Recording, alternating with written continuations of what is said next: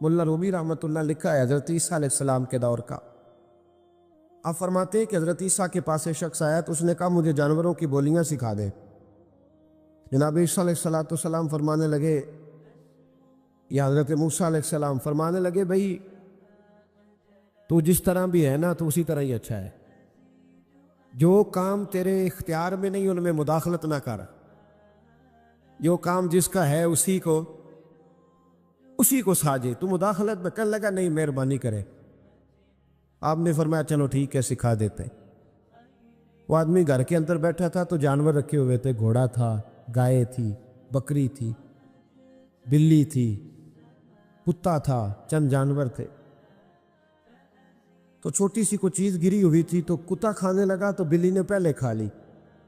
اس نے کہا مجھے تو کیوں نہیں کھانے دیا، ساری کھا گیا ہے۔ تو بلی کہنے لگی فکر نہ کر، تمہارے مالک کا گھوڑا کل مر جائے گا، بڑا ذرا گوشت ہوگا، کھا لینا۔ مالک نے بات سن لی، وہ بڑا سمارٹ بنا، گھوڑا رات کو ہی بیچ آیا، اگلے گھر جا کے مر گیا۔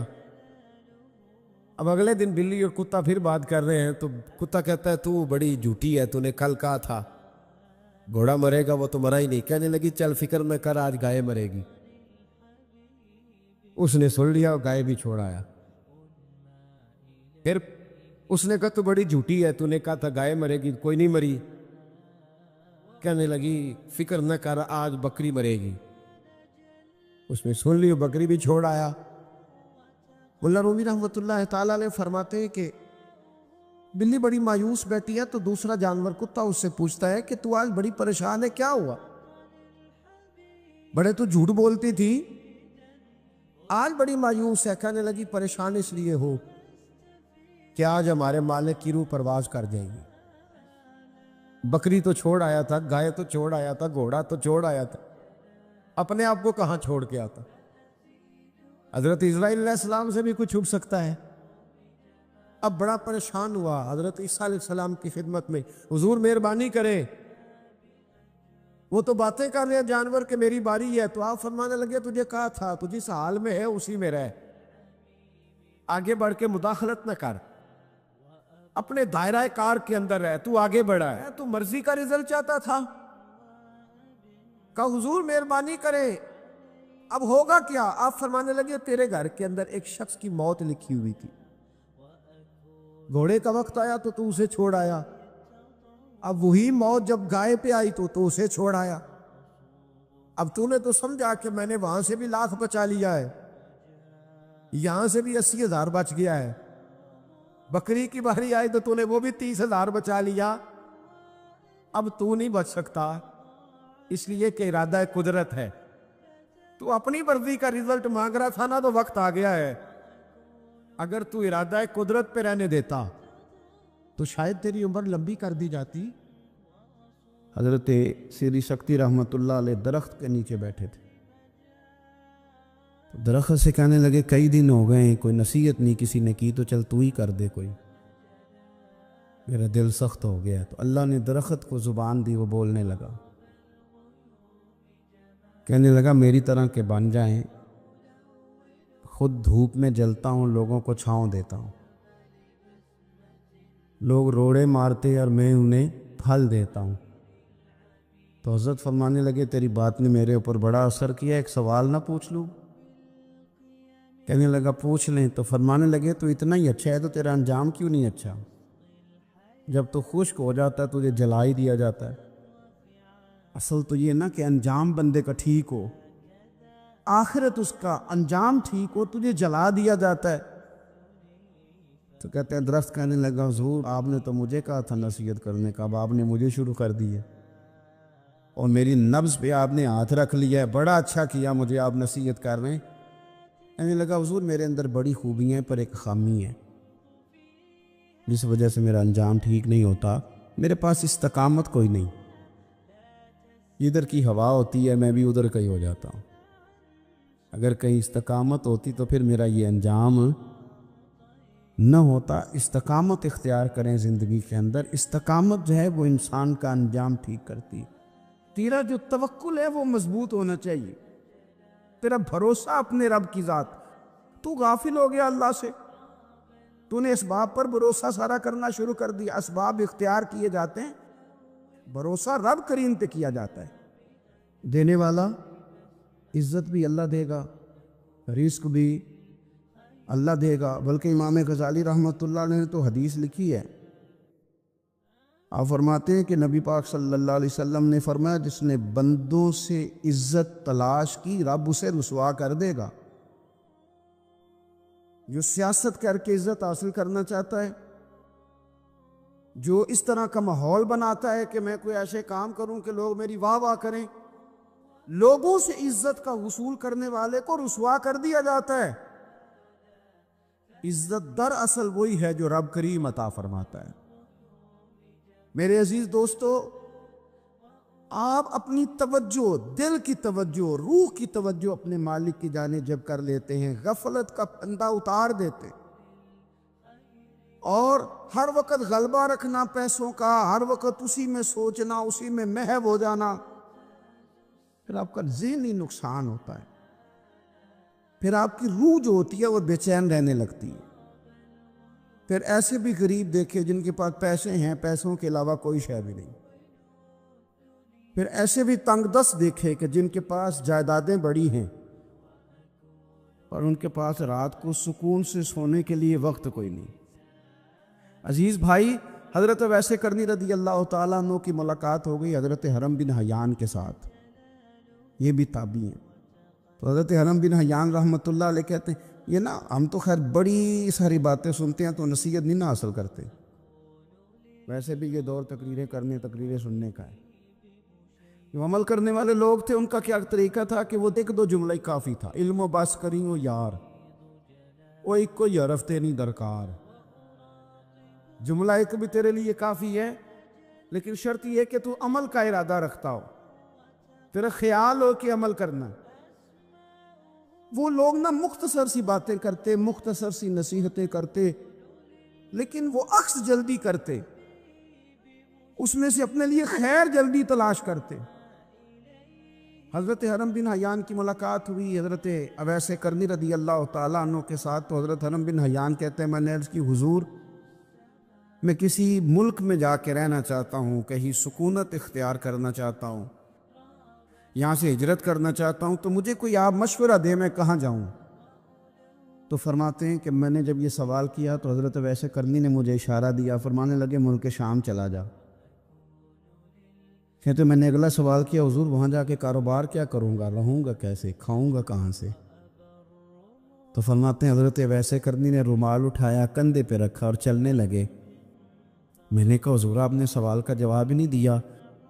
تو فرمانے لگے جس دل کو ابھی تک یہی یقین نہیں آیا کہ روزی کون دیتا ہے اسے میں نصیحت کیا کروں.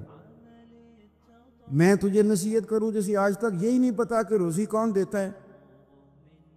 تو ابھی تک اپنے دل کو پکا ہی نہیں کر پایا کہ روزی رب دیتا ہے. او خدا کے بندے کیا نصیحت کروں تجھے, تو ابھی تک یہاں اڑا ہوا ہے. مال کماتے کماتے مقصد مال نہیں بنانا, دولت حاصل کرتے کرتے محبت دولت کی نہیں دل میں پیدا کرنا. بال بچے, گھر بار, مکان, اس کے پیچھے بھاگتے بھاگتے ایسا نہ ہو کہ پلٹ کر دیکھیں تو ہمارا بہت سا روحانی, فکری اور ذہنی نقصان ہو چکا ہو. بہت سارے لوگ ہم میں سے ایسے ہیں جو الحمدللہ مقصود نہیں دولت کو بناتے, جن کا مقصود رزق کے حلال ضرور ہے لیکن وہ اس کو اپنے ذہن پہ سوار نہیں کرتے, صرف دولت کی ہو کے زندہ نہیں ہے, وہ اللہ کے بندے بن کے زندہ ہیں, رسول اللہ صلی اللہ علیہ وسلم کے غلام بن کے فخر محسوس کرتے. دولت کی طرف جتنی زیادہ ہماری توجہ ہو گئی ہے اور مال کی جانب جتنا زیادہ ہمارا ذہن ہو گیا ہے, سارے رشتے مال میں تلنے لگ گئے, ہر چیز کو اسی عینک سے دیکھا جانے لگا ہے. اللہ تعالیٰ نے قرآن مجید میں ارشاد فرمایا کہ یا ایھا الذین آمنوا لا تلہکم اموالکم ولا اولادکم عن ذکر اللہ. اے ایمان والو, تمہارا مال اور تمہاری اولاد تمہیں اللہ کے ذکر سے کہیں غافل نہ کر دے.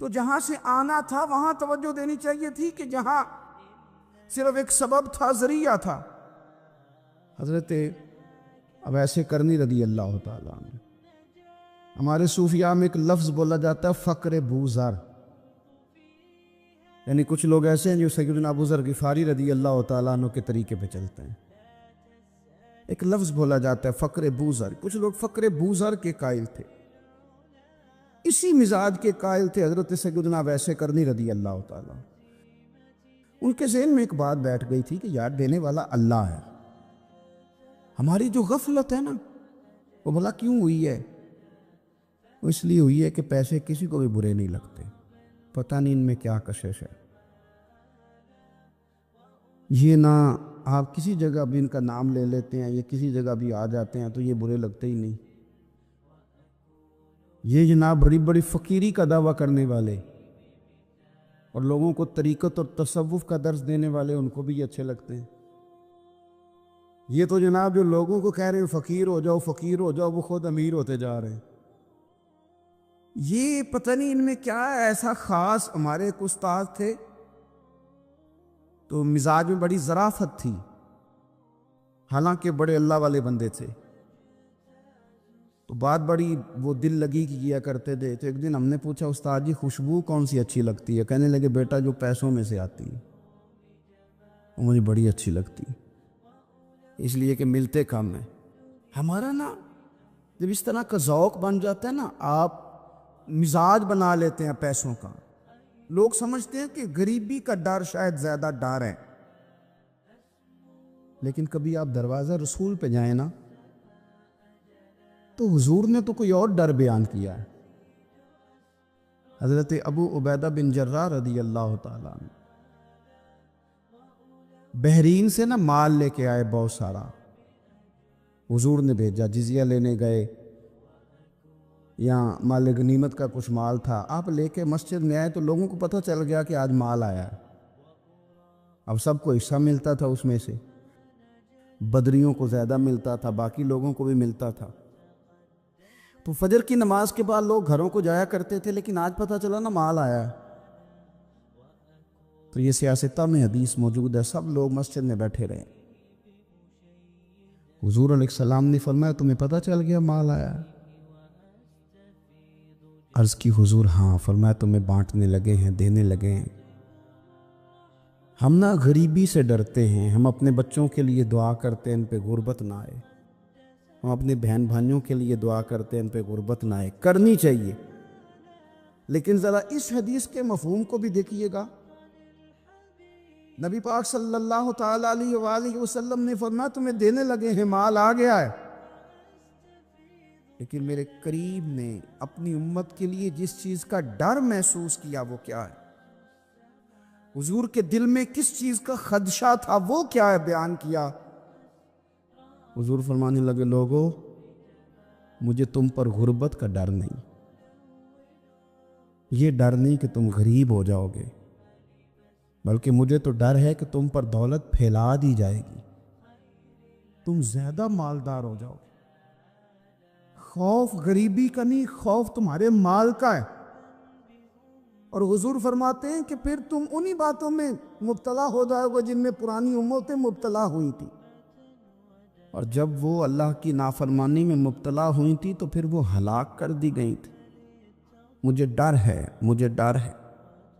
ہاں جہاں دولت آتی ہے وہاں سستی بھی آتی ہے، جہاں دولت آتی ہے وہاں معاذ اللہ عیاشی بھی آتی ہے، جہاں دولت زیادہ آ جاتی ہے وہاں پھر لوگ ہر چیز کو دولت میں تولنے لگتے ہیں۔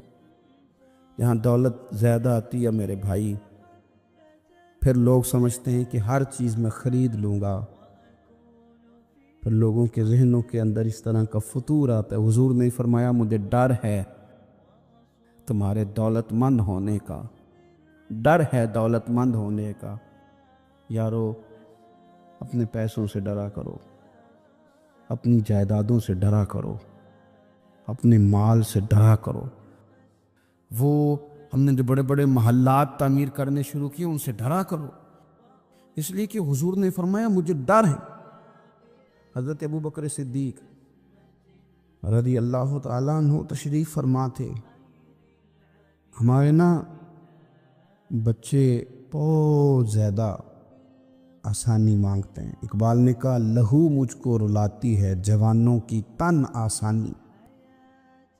جب میں جوانوں کا مزاج دیکھتا ہوں نا کتنے آرام پسند ہو گئے ہیں تو پھر میری آنکھوں سے لہو بہتا ہے. لہو مجھ کو رلاتی ہے جوانوں کی تن آسانی. ان کا وجود اتنا آسانی کا ماحول لینا چاہتا ہے. ذرا سی بھی کوئی تکلیف آپ دیکھ لیں, لائٹ بند ہو جائے تو مصیبت کھڑی ہو جاتی. کسی جگہ چند منٹ کے لیے آدھے گھنٹے کے لیے ٹریفک بند ہو جائے تو مثلاً کیا ہو جائے گا. لیکن یہ کہ طبیعتوں میں تلخی, اور جب وہ گاڑیاں آہستہ آہستہ چلتی ہیں تو ایک دوسرے سے آگے بڑھنے کی وہ شدت, وہ ہمارے مزاج میں ایک دوسرے کے بارے میں دل میں بڑے بڑے جملے. کیوں؟ اس لیے کہ ہماری طبیعت آسانی پسند ہے. ذرا سی بھی کوئی رکاوٹ ہم نہیں برداشت کرتے. تھوڑی دیر کے لیے ٹھہرنا پڑ جائے ہمارے لیے بڑا مشکل کام. آپ ہمیں ہماری مرضی کے خلاف کوئی بات کر دیں تو ہمیں بگڑا ہوا سمجھے. ہماری طبیعت میں وہ آسانی ہے. یہ آسانیاں انسان کو پھر بڑے بڑے کام نہیں کرنے دیتی. پھر انسان کمزور پڑ جاتا ہے. پھر وہ کوئی کسی انقلابی تحریک کا کبھی حصہ نہیں بن سکتا. اگر وہ بڑی صلاحیت بھی رکھتا ہو تو وہ زندگی میں کوئی کارنامہ سر انجام نہیں دے پاتا, کیونکہ طبیعت میں آسانی آ گئی. اس کا مزاج ہی نہیں. جس بندے کو گرمی زیادہ لگتی ہے وہ کیسے آگے بڑھے گا؟ یہ سیٹھوں کے بیٹے, مالداروں کے بیٹے, پیروں کے بیٹے, بڑے بڑے جناب مشائخ کے صاحبزادگان الا ماشاءاللہ آگے نہ بڑھنے کی وجہ کیا ہے؟ صرف یہ ہے کہ طبیعت کا تقاضا یہ ہے کہ ایک آدمی نے رومال پکڑا ہے, دوسرے نے جوتا پکڑا ہے, تیسرا گاڑی کھول رہا ہے. جب آپ اس قدر زیادہ ان کو آسانیوں میں مبتلا کر دیتے ہیں, پھر ان کے لیے جہاد کرنا, میدان میں نکلنا ممکن ہے. حضرت یوسف علیہ السلام کے بھائیوں نے کہا کہ سمجھ تو آ گئی ہے ہمیں کہ ہم نے زیادتی کی, ظلم کیا, اب کرنا کیا ہے؟ تو جناب یوسف کہنے لگے کچھ بھی نہیں کرنا, جاؤ تمہیں معاف کیا. معافی مل گئی. انہوں نے کہا کہ ہمیں تو معافی مل گئی, تو ابا جی تو رو رو کے ان کی بصارت کم ہو گئی آنکھوں کی. ماں بڑا پیار کرتی ہے, پر بیٹے سے جو باپ پیار کرتا ہے اس کا بھی اندازہ کوئی نہیں کر سکتا. کوئی نہیں کر سکتا. دیکھیں نا, اللہ کے نبی حوصلے والے, صبر والے ہوتے ہیں, پر بیٹے کی جدائی بین اللہ کے نبی نے بھی اتنے آنسو بہائے, اتنے آنسو بہائے بیٹے کی جدائی میں کہ نظر آنا کم ہو گیا, بصارت. بیٹے کو ابا جب بھی فون کرتا ہے پردیس میں کہ تو آ جا چند گھڑیوں کے لیے, میرا پتہ کوئی نہیں. کہتا ابا جی بس ایک کاغذ رہ گیا, میں آیا. جب ابا جی پردہ کر لیتے ہیں تو کہتے ہیں اس کو برف میں لگا دو, میں 3 دنوں کے بعد آ جاؤں گا. اب کیا فائدہ؟ اب تو رہ ادھر ہی, اب کوئی پڑھ دے گا جنازہ بھی. اب تو آ کے میں نے منہ دیکھنا ہے تو کیا ہوگا اس سے؟ اب تو نبی پاک کا حکم ہے جب کوئی انتقال کر جائے تو جلدی دفن کرو. اب تیری ماں نے ساری زندگی آنکھیں دروازے پہ لگی رہیں کہ اللہ کرے وہ آ جائے. اس وقت تو تجھے خیال نہیں آیا, تو تجھے کاغذوں سے پیار رہا, تو اب کس بات کا انتظار؟ حضرت یوسف علیہ السلام سے بھائی کہنے لگے کہ جناب یعقوب کو نظر آنا کم ہو گیا ہے, ان کا کیا کرے؟ تو قرآن ہے بھائی, قرآن. میں نے کہا یا ہمیں سمجھا دو یا ہم سے سمجھ لو نا بھائی, ہم سے ہی سمجھ لو. یہ کس آیت کا بتاؤ, کیا ترجمہ کریں بتاؤ. اور تم بلڈوزر چلاؤ حضرت علیمہ کے گھر پہ تو ہم چپ رہیں. یہ بھی کس طرح ہو سکتا ہے؟ حضرت یوسف کے بھائیوں نے کہا کہ ابا جی کی آنکھوں کی بینائی کم ہو گئی ہے, اب کیا کرے؟ قرآن ہے. کہنے لگے اذهبوا بقمیصی, یہ میری قمیض لے جاؤ. حضرت یوسف کہتے ہیں یہ میرا کرتا لے جاؤ, میری قمیض لے جاؤ. ھذا فألقوہ علی وجہ ابی یاتی بصیرا, میرا کرتا لے جاؤ, میرے ابا کے چہرے پہ ڈال دینا, ان کی آنکھوں کو اللہ روشن فرما دے گا.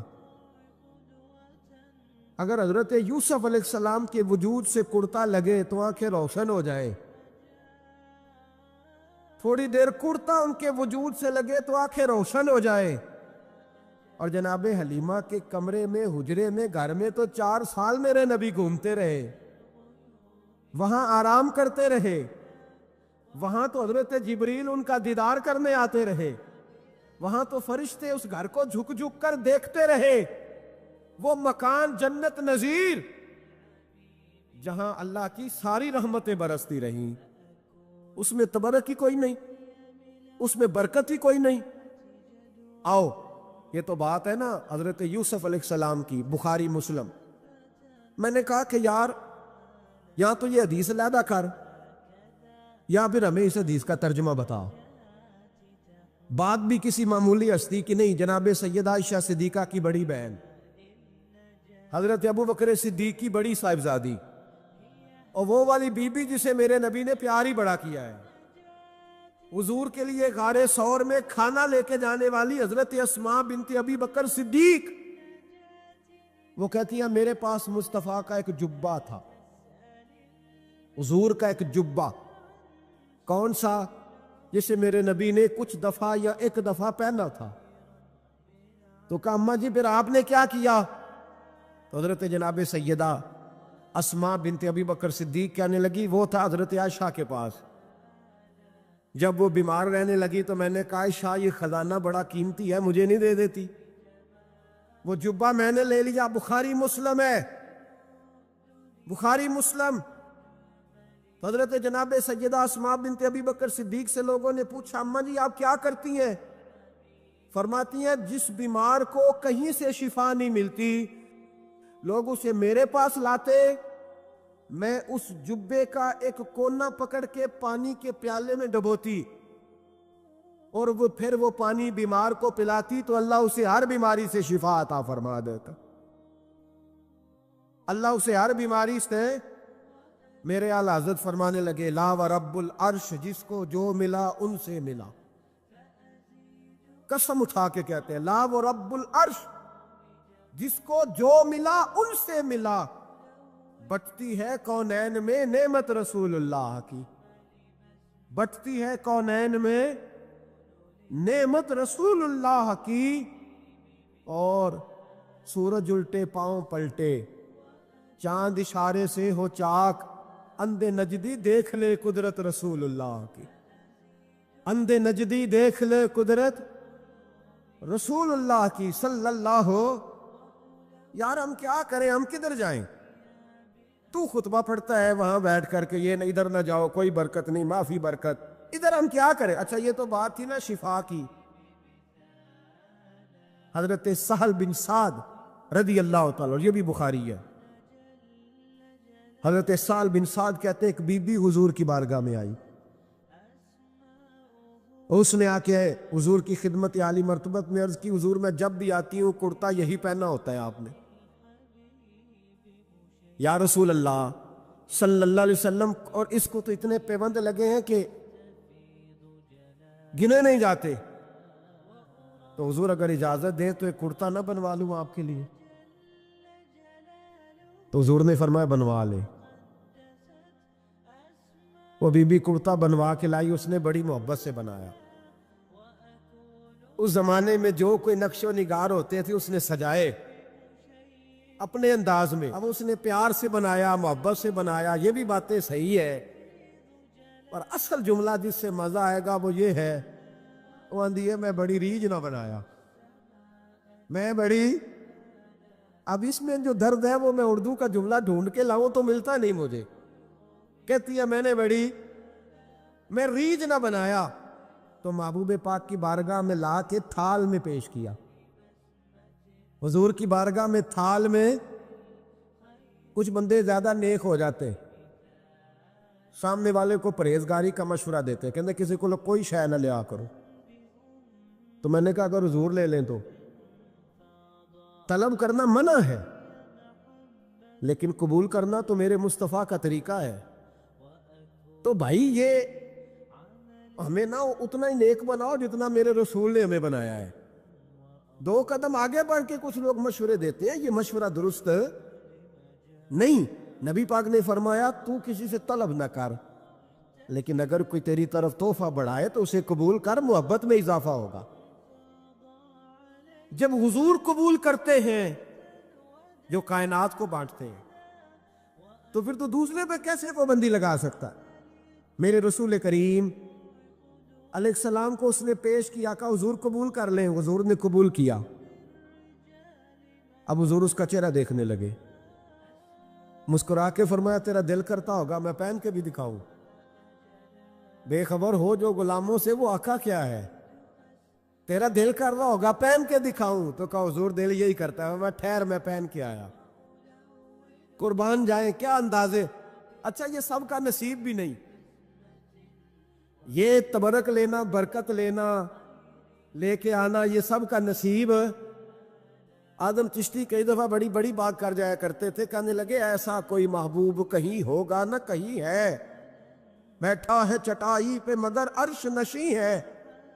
اور کہنے لگے ایسے ہی لوگ کہتے ہیں میں مدینے نہیں گیا، میں حاضری نہیں دیتا، میں درود نہیں پڑھتا۔ کہنے لگے ہر ایک کو میسر کہاں اس در کی غلامی، ہر ایک کو میسر کہاں اس در کی غلامی۔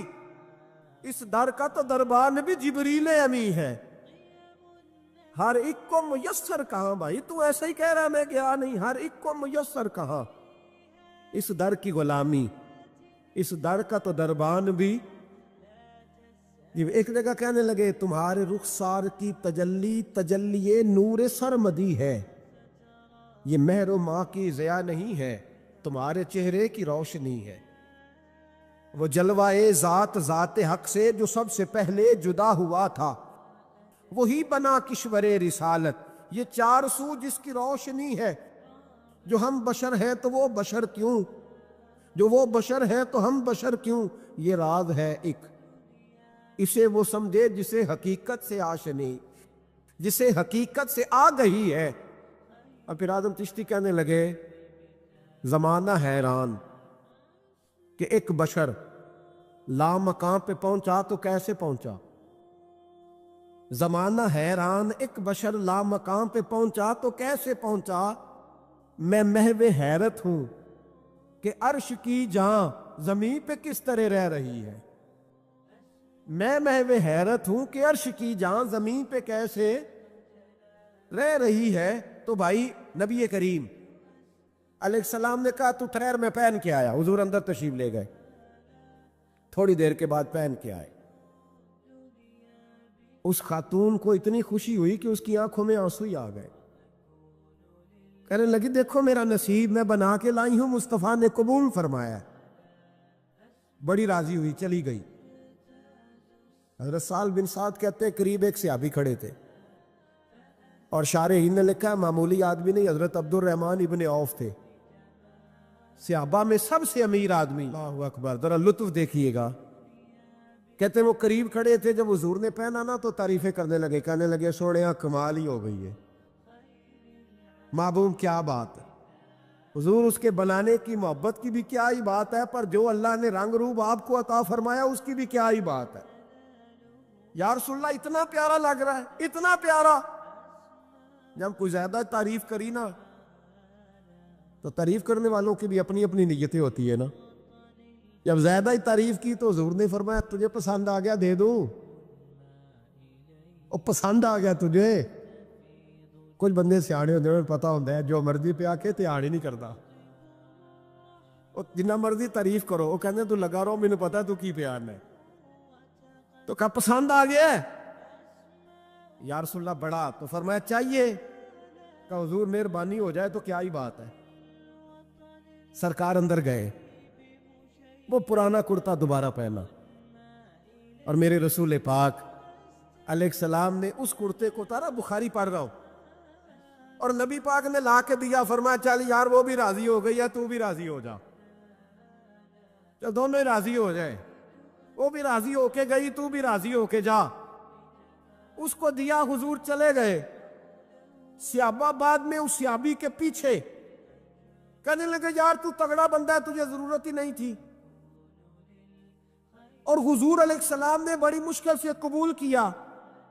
حضور تو کسی کی طرف توجہ ہی نہیں کرتے، طلب ہی نہیں کرتے۔ یہ والا خیال ہی. اور اگر آج حضور نے قبول کیا اور اتنا پیارا لگا تو تجھ سے برداشت ہی نہیں ہوا, کس طرح کا آدمی ہے تو؟ جب لوگ اس کے گرد اکٹھے ہوئے تو حضرت عبد الرحمن ابن عوف کی آنکھوں میں آنسو آ گئے. کہنے لگے میرے بھولے دوستو, تمہیں غلطی لگ گئی. تمہارا کیا خیال ہے میں نے ولیمے پہ پہننے کے لیے لیا ہے؟ تمہارا کیا خیال ہے شادی کی دعوت میں پہنوں گا؟ تم کیا سمجھتے ہو عید والے دن پہنوں گا؟ اور گویا اپنی داڑھی کو پکڑ لیا. کہنے لگے دیکھو بال سفید ہو رہے, پھل پک رہا ہے, گنہگار بڑا ہوں, اگرچہ بدر میں بھی گیا ہوں, احد میں بھی تلوار اٹھائی ہے, مال بھی دیا ہے, ہر جگہ گیا ہوں, پر کسی عمل پر بھروسہ نہیں. یہ کرتا حضور کے جسم سے لگ گیا ہے, اب اسے سنبھال کے رکھوں گا اور مرتے وقت وصیت کروں گا گھر والوں کو کہ جب میں مروں نا تو اس کرتے میں مجھے کفن پہنا دے.